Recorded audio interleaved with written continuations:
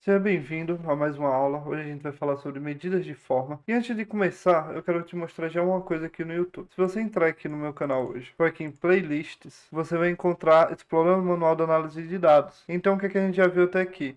Tipos de variáveis, estatística descritiva, dominando representações gráficas, medidas de resumo estatística, medidas separatrizes, e agora a gente vai falar sobre medidas de forma. Então a gente está passando passo a passo sobre estatística. Então a gente vai trabalhar toda essa questão. A ideia aqui é, Bruno, você fala muito sobre Power BI, verdade? Fala sobre Power BI, fala sobre Python, fala sobre SQL, fala sobre R, mas a ideia é que você não seja só um apertador de botão. Então a ideia é que você entenda o que você está fazendo. Por isso eu estou trazendo de forma minuciosa a estatística e aproveitando para fazer uma geral nesse pequeno livrinho, deixa eu mostrar para vocês, do professor Fávaro e da Patrícia Belfior, em que ele é referência no mercado, manual de análise de dados, a segunda versão, segunda edição, né? Onde ele trabalha com Excel, SPSS, Stata, R e Python. E minha função aqui é passar da forma mais tranquila e clara para você esse detalhamento. Por isso tem essa playlist. A gente começou definindo o que era variável, agora a gente vai entrar em medidas de formas e posteriormente iremos trabalhar mais estatística. Vamos entrar nas bivariadas, ou seja, a gente está trabalhando até agora com univariada. E vamos começar a trabalhar com bivariado, vamos comparar duas variáveis e ver se ela tem relação, se ela não tem e quais dados dá para extrair dela. Voltando para a aula de hoje, vamos falar sobre medida de forma mais uma vez. Meu nome é Bruno Mello. Vou passar e a gente já vai falar sobre a medida de assimetria e curtose, são as tão famosas, caracterizam a forma da distribuição dos elementos da população amostrados em torno da média. E aí, beleza. Tá, Bruno, você já falou sobre assimetria, curtose. Eu sei que assimetria, se é simétrico, não é. Curtose,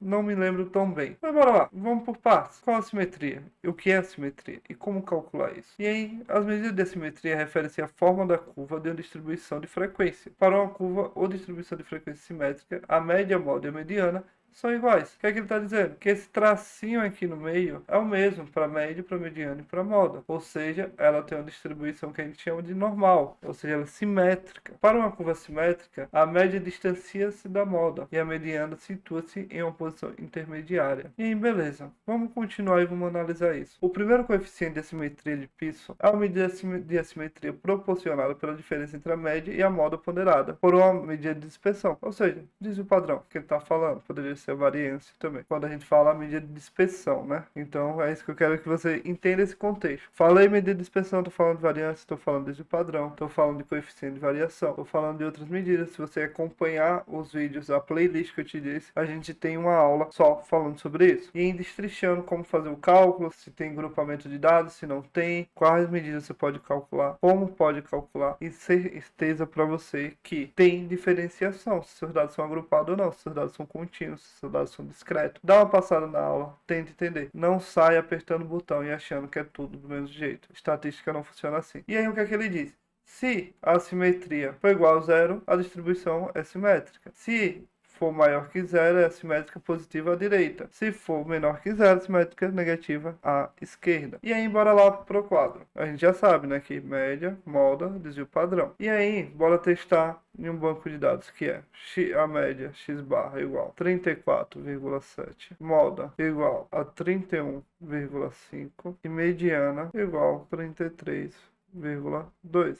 Me perdoe a minha letra, ela não é muito bonita mesmo, não. Então a gente tem, se a S1 igual a zero, ela é simétrica. Vou deixar assim. Se ela for S1 maior que zero, ela é assimétrica positiva. Ou à direita, se a S1 for menor que zero, ela é assimétrica negativa. À esquerda, Bruno, não entendi. Se ela for simétrica, ela vai ter isso aqui. Média, moda e mediana, a gente já viu que são iguais. Se ela for assimétrica à direita, ela vai ser assim, né? Ela vai ter uma curva. Na verdade, ela vai ter uma reta maior aqui, ó. Tá vendo? Comparado. Então, ela vai ter isso mais alongado à direita. Se ela for à esquerda, ela vai ter mais alongado à esquerda. Ficou bem em cima, né? Mas acho que dá para entender. Então aqui eu tenho simétrica, assimétrica positiva, assimétrica negativa. E a gente vai fazer o cálculo. A gente vai utilizar para amostra. Ele já informou aqui também, né? Pela variável. Então vamos botar a S1 igual a x barra menos moda sobre desvio padrão, beleza? Então a gente vai fazer isso aqui. AS1 igual a 34,7 menos minha moda, que é 31,5, dividido pelo desvio padrão, que é 12,4. Isso tudo vai ser igual a 0,258. E aí a gente já sabe no conceito que ele falou, né? Que a média ia ser mais afastada da moda. Ou seja, se eu traçar aqui, ó, eu tenho... Esse daqui é mais alongado, né? Foi isso que a gente viu positivo. E aí eu tenho uma média de 34. Tenho uma moda de 31. Vou botar aqui só para ficar melhor de escrever. 31 seria mais próximo, né? E tenho uma mediana entre elas duas, que é 33. Viu que não ficou perfeito, né, até a distância. Mas o que o conceito já dizia é que a gente teria esse cenário. Se fosse simétrica, eles seriam iguais. Beleza?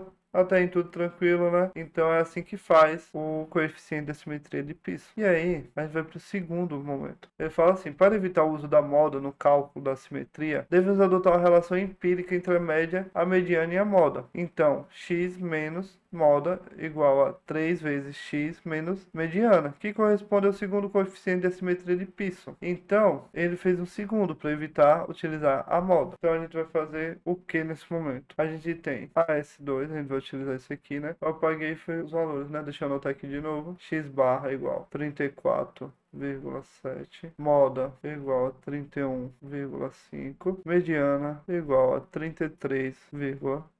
E aí a gente tinha o desvio já ali também, né? Vou colocar o desvio aqui, igual a 12,4. Beleza? Tudo tranquilo até aí. E aí vamos fazer aqui. Eu tenho que é igual a 3 vezes minha média, 34,7 menos 33,2. Tudo isso dividido por 12,4 igual a 0,363. Mais uma vez, ela é assimétrica à direita, ou seja, a curva à direita é mais alongada. E aí, existe mais uma metodologia para ser estudada aqui, que é o coeficiente de simetria de Bowler, que ele fala assim: outra medida de simetria é o coeficiente de simetria de Bowler, também conhecido como coeficiente quartílico de simetria, calculado a partir de medidas separatrizes como o primeiro e o terceiro quartil, além da mediana. Beleza, vamos fazer o cálculo. Vocês podem ver que se você utilizar um ou outro, vocês vão conseguir saber o teste da simetria. Aqui eu só estou te mostrando as possibilidades que você tem. Seguimos. Então o que é que ele fala? Você tem que utilizar os quartis. E aí deixa eu puxar aqui um outro banco. Então eu tenho aqui, ó, 24, 25. Deixa eu copiar, vai ser mais fácil aqui para vocês do que eu ficar escrevendo. Eu tenho esse banco de dados aqui. E aí repare num detalhe. Se a gente for dividir em 4 quartis, eu tenho 1, 2, 3, 4. E aí você vai entender agora quando eu começar a escrever. Então eu tenho ASB, simetria de Bowler, né? E aí ele pede primeiro, terceiro, quartil. Terceiro, ele diz que 75% dos meus dados vão até ali e 25% depois dali. Não é isso que ele fala? Então vai ser aqui, ó. Vai ser entre esses dois. É basicamente isso. A gente já organizou aqui, tá em ordem crescente. Então, qual vai ser o meu quartil? 49. Aí ele fala assim: mais o primeiro quartil. Primeiro quartil, 25 para a esquerda, 75 para a direita. Ele tá onde? Aqui. E a gente tem 30 menos 2 vezes a mediana, que a mediana nesse caso é 42. Onde é que vai estar a mediana? Aqui, né? Esses números não são, né, par, então vai ser 40 mais 44 dividido por 2. 84 dá 42 por 2 aqui, né? 42. Então, eu tenho minha mediana aqui. Isso tudo dividido por quem? 49 menos 30. Isso dá menos 0,263. Então essa, ao contrário do outro banco de dados, ela é assimétrica e é mais longa à esquerda, pelo valor ser negativo. Já que eles utilizam da mesma forma, cadê? Deixa eu pegar aqui, vou copiar para vocês aqui. Pronto, então aqui diz que a gente tem uma simetria negativa à esquerda. E a gente conclui isso aqui. E beleza. E aí tem mais um de assimetria que eu quero que você veja, que é a simetria de Fischer. O que é que ele fala? A última medida de assimetria estudada é conhecida como coeficiente de assimetria de Fischer, calculada a partir do terceiro momento em torno da média, conforme apresentado em Marocco 2014 e em retirado do Manual de Análise de Dados. Ele fala do mesmo jeito: se a distribuição for igual a zero, simétrica maior que zero, assimétrica positiva menor, assimétrica negativa à esquerda. E aí a gente tem que fazer esse cálculo. Então a gente vai fazer primeiro o cálculo do terceiro momento, depois vai calcular o G1. Como é que a gente vai fazer isso? Copiei e colei nosso banco, é o mesmo banco do anterior. E aí a gente vai fazer assim, ó. Deixa eu copiar os cálculos aqui também. Então a gente tem que fazer primeiro o cálculo da média, só que nesse caso a gente vai levar a 3, né? Da média não, da variância, né? Vou levar a 3. Então, como é que eu vou fazer isso? Somatório aqui de 24 menos a média x barra, mais 25 menos x barra, e assim por diante até 56 menos x barra, tudo isso dividido por n. Vamos levar isso para o Excel para ficar mais fácil. Então primeiro a gente tem que calcular o m. Então vamos fazer a média, igual média, aqui, igual isso, menos a média. Vou colocar aqui, e agora, esqueci do F4, né? F4,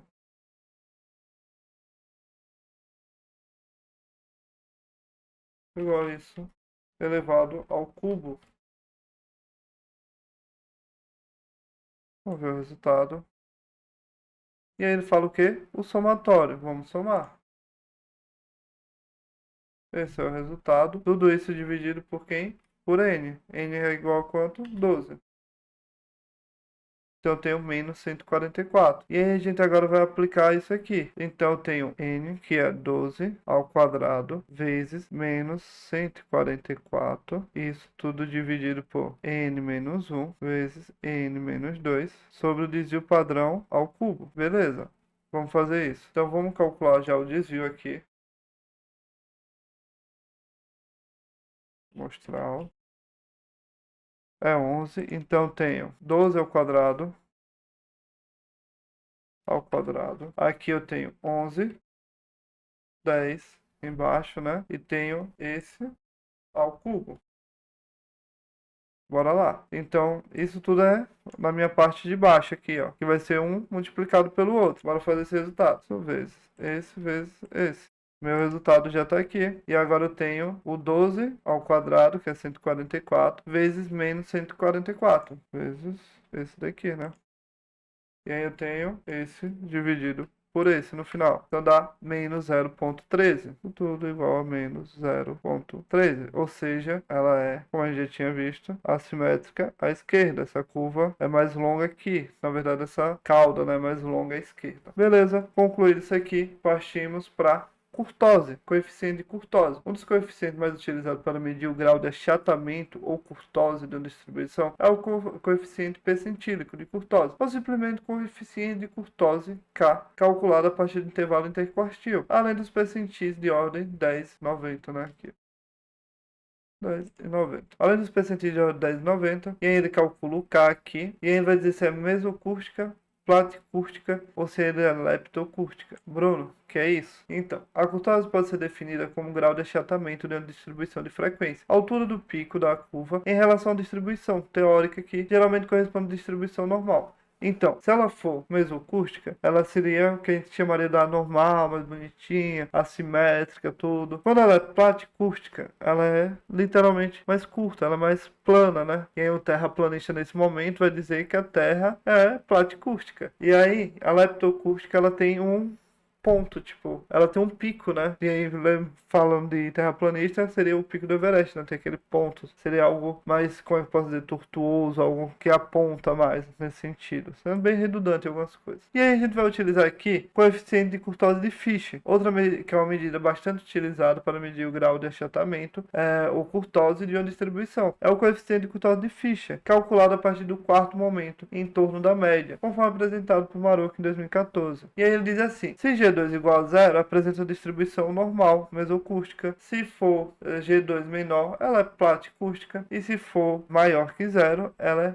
leptocústica. Então, bora verificar isso. A gente tem uma tabela de cotação da ação Y ao longo do mês. A historinha é essa. E aí, a gente precisa calcular o coeficiente de curtose de Fischer. Como é que eu faço isso? Vamos pegar aqui o exemplo. Tenho que fazer o primeiro cálculo, que é o momento. Quarto momento, que é igual ao somatório de I igual a 1 até N de xi menos x barra, que é a média que a gente já sabe, isso tudo elevado a 4 sobre n. E aí o que é que eu vou fazer? O x barra igual a 18,475. Então, vai ser 18,7 menos 18,475 mais 1, 2, 3 até o último, E aí eu vou pegar esse como referência. 16,9, né? Menos 18,475. Tudo isso dividido por quem? Por N. Que aí eu tenho 1, 2, 3, 4, 5, 6, 7, 8, 9, 10 vezes 2, 20.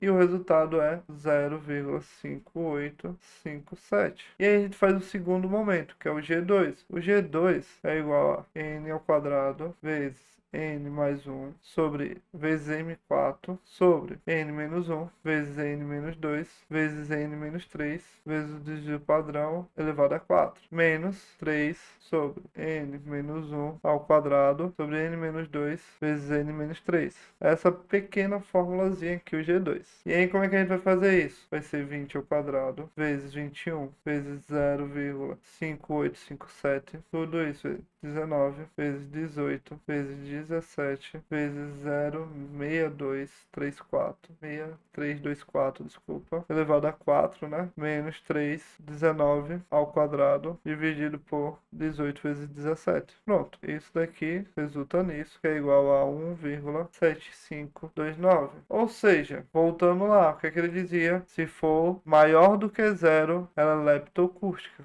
Leptocústica é essa daqui. Então a gente tem um gráfico assim, né? Com esse ponto, ou seja, com esse pico. Muito bonitinho, né? Meu gráfico, minha letra também. Mas enfim, era isso que eu queria passar para você hoje. A gente falou sobre medidas de forma, então a gente falou sobre simetria e curtose. Você já sabe como calcular ambos. E aí, Bruno, quero aprender mais. E quero aprender principalmente sobre Power BI, como colocar isso em prática. E aí eu vou te apresentar duas sugestões. Quero aprender de forma mais próxima, em que eu vou tirar todas as suas dúvidas toda semana, uma vez na semana, 2 horas cada aula, em que você pode tirar todas as suas dúvidas. Mentoria, você pode colocar seu celular aqui no QR Code e entrar na lista de espera. A gente vai abrir logo mais uma turma de mentoria. Você olha assim, pô, Bruno, ainda não entra nas minhas condições nesse momento, mas eu não quero deixar de aprender com você. Eu vi que eu consigo aprender, você tem uma boa didática. Enfim, você pode apontar para o curso de Power BI gratuito que a gente tem lá dentro da comunidade Data Insights, em que toda sexta-feira a gente posta vídeos só sobre Power BI e a gente tem um curso gratuito lá. Ou seja, hoje você não tem mais desculpa para aprender Power BI. Gostou do assunto? Curte, comenta, compartilha, ativa o sininho.